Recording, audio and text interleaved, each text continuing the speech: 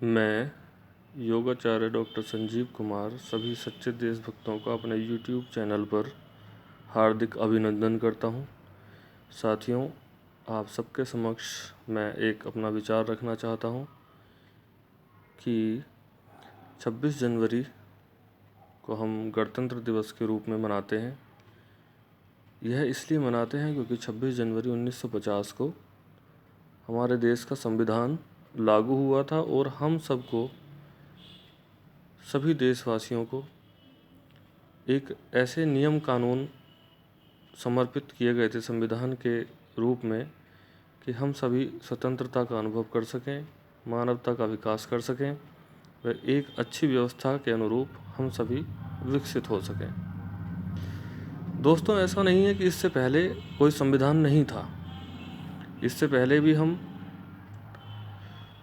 शास्त्र सम्मत ढंग से जीते थे। जैसे कि गीता में कहा गया है कि हमें ऐसे कर्म करने चाहिए जो कि शास्त्र कहता हो।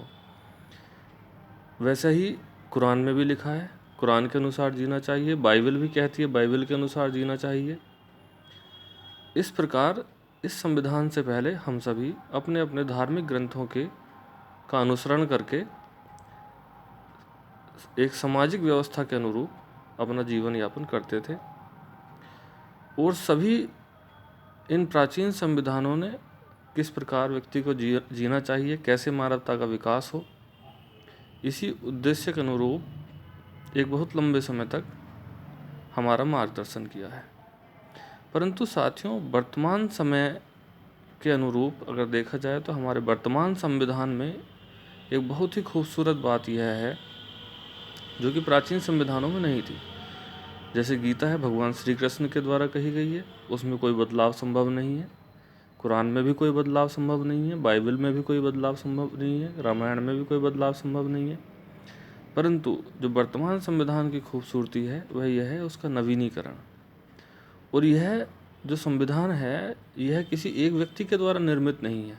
यह जन सामान्य की आवाज़ से चुने गए जनप्रतिनिधियों के द्वारा निर्मित संविधान है और इसमें भीमराव अंबेडकर व कई अन्य महापुरुषों की एक महती भूमिका रही है।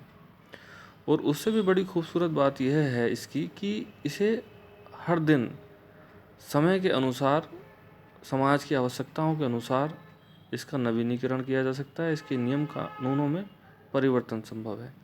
इसलिए मेरा आप सभी देशभक्तों से आग्रह है कि हम सभी गीता, कुरान, बाइबल, रामायण और अन्य धर्म ग्रंथों से ऊपर उठकर अपने संविधान को सम्मान दें, अपने संविधान की रेस्पेक्ट करें, अपने संविधान के अनुसार जीना सीखें।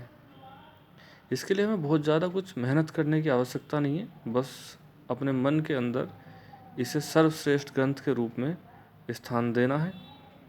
और साथ ही इस बात की बहुत अधिक आवश्यकता है कि हमारी जो शिक्षा व्यवस्था है उसमें सभी स्टूडेंट्स, छोटे से लेकर बड़े तक, उनको संविधान की शिक्षा दी जानी चाहिए और उनकी एज ग्रुप के अनुसार उस शिक्षा को आगे बढ़ाया जाना चाहिए।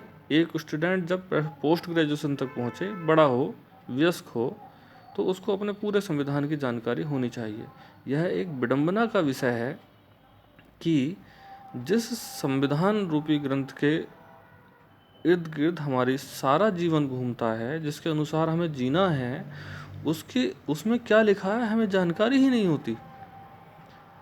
तो मैं भारत सरकार से और आप सभी दोस्तों से आग्रह करूंगा कि इस दिशा में अधिक से अधिक अपने द्वारा किस प्रकार प्रयास किए जा सकते हैं यह ध्यान दें और अधिक से अधिक इस दिशा में हमें आगे बढ़ने की आवश्यकता है।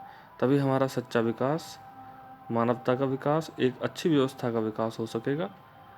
यदि मेरे विचार आपको अच्छे लगे हैं तो कृपया शेयर करें, मेरे चैनल को सब्सक्राइब करें और अपने कमेंट्स दें। धन्यवाद।